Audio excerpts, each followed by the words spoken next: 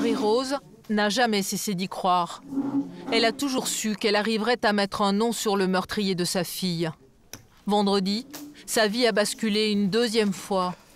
Aux côtés de ses avocats, devant des dizaines de journalistes, elle est envahie par l'émotion.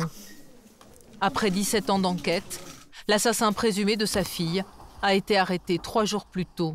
Je ne pense pas à Christelle autrement qu'en se faisant assassiner. Donc je voudrais qu'en découvrant la vérité, retrouver ma fille que j'ai eue pendant 20 ans. C'est pas possible.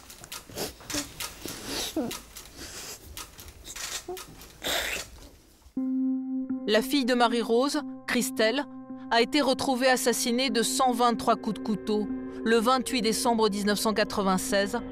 Elle avait 20 ans. Son meurtrier présumé serait ce paisible père de famille de 55 ans, Pascal Jardin. Qui est cet homme aux allures de Monsieur Tout-le-Monde? Avec son neveu, nous allons découvrir ses secrets de famille.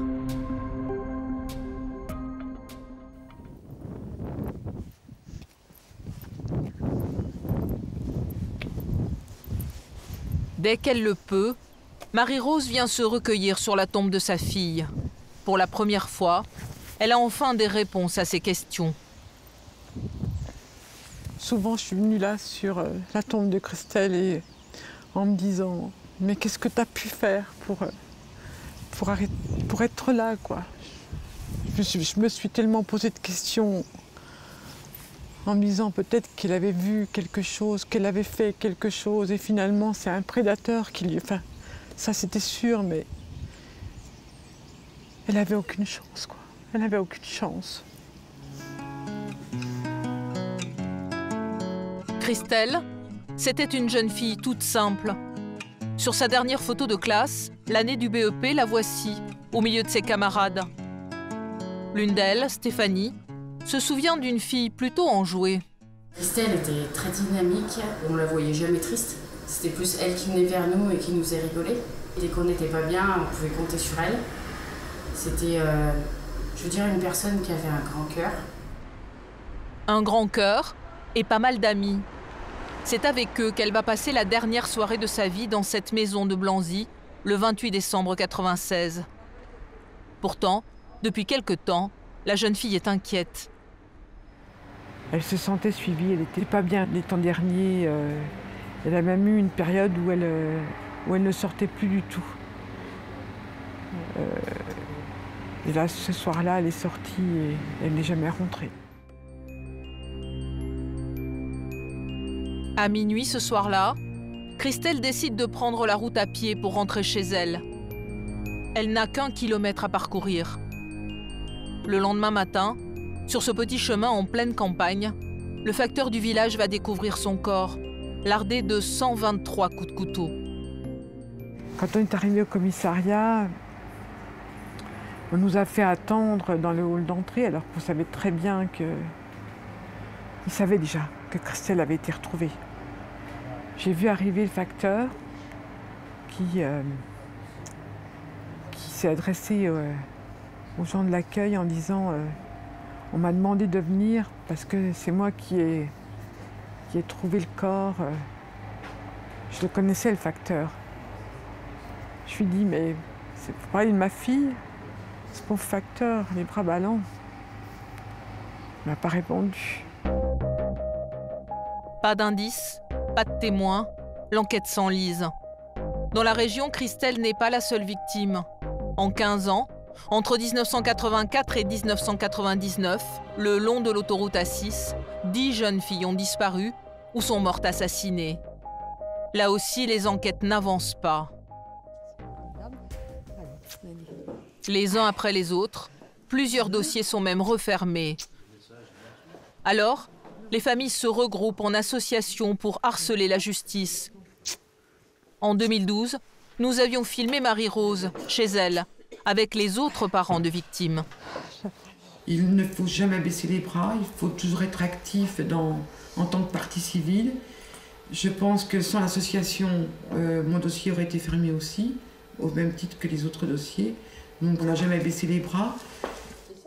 Dans l'espoir de trouver un jour le meurtrier, Marie-Rose et son association réclament régulièrement à la justice des prélèvements ADN sur les vêtements de Christelle. Pendant 17 ans, les analyses ne donnent rien. Et dernièrement, coup de théâtre. Une nouvelle technique de prélèvement permet d'identifier l'ADN du tueur présumé sur les vêtements de Christelle, placés sous scellé. C'est un homme de la région. Il était déjà recensé au fichier des empreintes génétiques parce qu'en 2004, à Chalon-sur-Saône, il a agressé sexuellement une jeune femme. Nous avons retrouvé sa victime. Aujourd'hui, elle est traumatisée et ne veut pas montrer son visage. À l'époque, il était entré chez elle en se faisant passer pour un plombier. Il a fait vite, parce qu'il a eu le temps de se déshabiller. Il est venu me rejoindre dans la salle de bain, il était en slip et puis il avait un couteau là derrière son slip. Il a essayé de vous menacer avec son couteau? Non, il n'a pas eu le temps en fait. Je me suis mise à hurler, du coup il y a le père de ma fille qui est arrivé. Il lui a mis des coups de poing.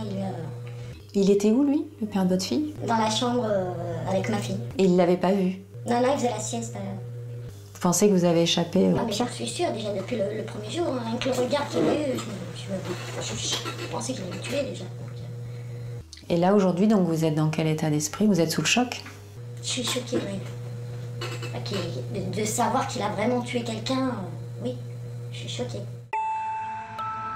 Pour cette agression, Pascal Jardin fait 6 mois de prison. À sa sortie, ce cadre supérieur perd son travail. Il part se réfugier dans sa famille. Vous n'avez pas voulu chez les enfants? Ce sont Karine et Eric qui l'hébergent à l'époque. Et qui est cet homme alors, par rapport à vous? Mon oncle. C'est mon oncle. Quand ils ont appris qu'un homme avait été arrêté dans le même village que leur oncle, ils ont tout de suite pensé à lui. Je suis arrivée au boulot, mes collègues en parlaient un petit peu, comme quoi le meurtrier avait été arrêté. Un homme de 55 ans, qui était parti donc dans les Landes. Tout de suite, on a dit c'est sûrement lui. Après l'agression de 2004, l'oncle commence à inquiéter par son comportement, surtout envers les femmes de la famille. Ma belle-mère avait peur d'être toute seule avec lui.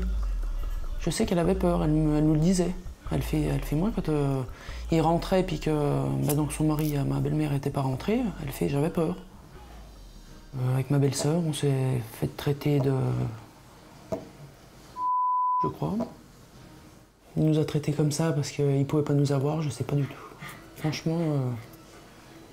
Il adorait les femmes, il fallait qu'il ait une dame, quoi.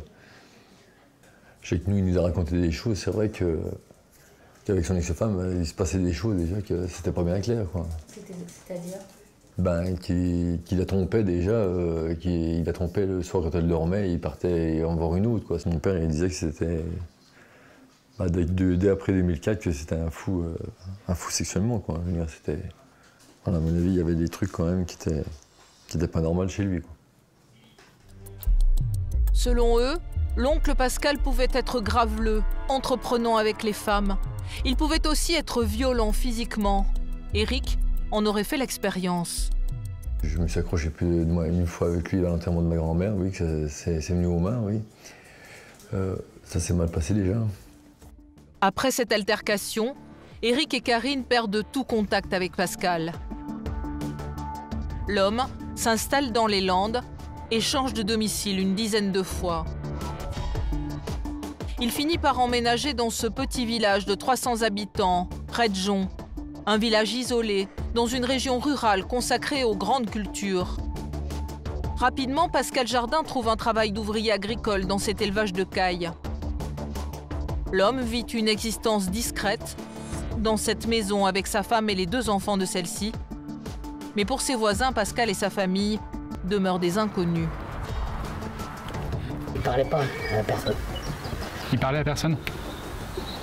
Je sais pas, le week-end, il venait des jeunes, je sais pas quoi ça discutait, il faisait les bambous là-dedans, il y avait de la musique et tout le bordel le week-end, mais qui c'était, ils n'ont jamais invité les voisins ni rien, pas. Donc c'est des gens très discrets. Ah ouais. Accablé par la famille et les voisins, le meurtrier présumé de Christelle n'a qu'une personne pour le soutenir, sa dernière compagne, retranchée dans leur maison. Bonjour, excusez-moi.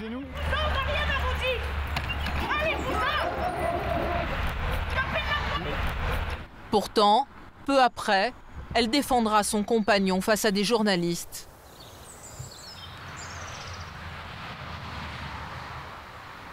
Moi, je refuse catégoriquement de dire qu'il a fait du mal. C'est pas possible. Un homme doux comme lui, gentil comme lui, comme il nous a sortis de nos galères, comme il a... Et c'est impossible. Non, non, tu peux pas vivre avec une personne pendant 9 ans et puis dire il a tué. Non, c'est pas possible. Il aurait élevé la main au moins une fois dessus. Il aurait... Non, jamais, jamais, jamais. Donc, ce n'est pas possible. Il y a une tierce personne qui se trimballe dans le coin, qu'on ne saura peut-être jamais ou qui va peut-être se découvrir. Et la tierce personne a fait du mal, mais pas lui. Pour la justice, depuis ses aveux répétés à 3 reprises, Pascal Jardin est pourtant bien le suspect numéro 1 du meurtre de Christelle. Lors de la garde à vue après son arrestation, le procureur de Chalon-sur-Saône se souvient d'un homme tout en contrôle. Ce que je peux dire et l'impression que j'ai eue, c'est que c'était quelqu'un de relativement froid et distant, qui pour autant s'expliquait sur les faits qui lui étaient reprochés, mais qui ne manifestait pas véritablement d'émotion. Ce qui ne veut pas dire qu'il n'en ressentait pas, mais il ne les a pas véritablement manifestés.